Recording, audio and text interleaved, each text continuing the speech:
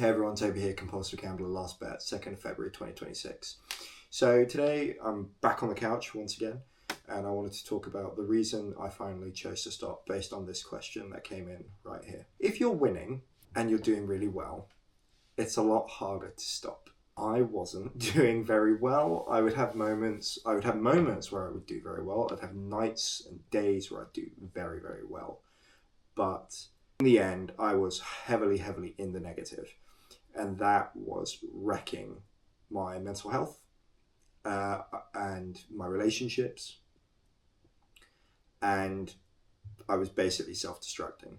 So with all that in mind, it's a very easy reason to stop. But what actually made me stop, because I mean, initially, if you'd asked me if I had a problem, every day I'd be justifying to myself, no, I don't have a problem. I'd find ways to spin myself out of it.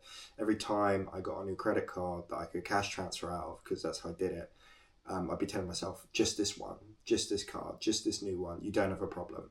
You're doing this to get yourself out of the shit. Ultimately is how I would convince myself over and over again in the loop. Now, it kind of all culminated to a point where no more credit cards would lend to me.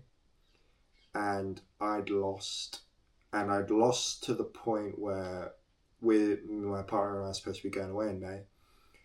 I had no money for it. I'd lost all that money.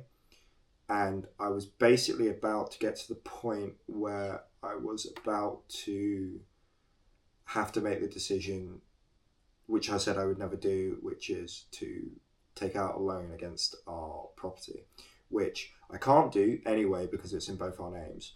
But I'd gotten to the point where for one brief moment I considered it. And that is when I went, oh my God. You know, I said I'd never gamble. Here I am. I said I'd never, I'd have this money for this holiday. I didn't have it.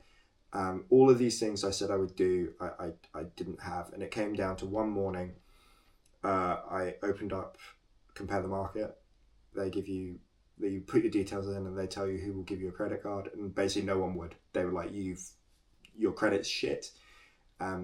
We can't do anything for you. I'd run out of money. I got paid on the Friday. I lost it all on the Monday. The Monday is when I'm trying to get this card. I have nothing to my name, and it had been 4 days into the month. And so on that day, I basically spent like 3 hours dipping between sobbing mess and panic attacks.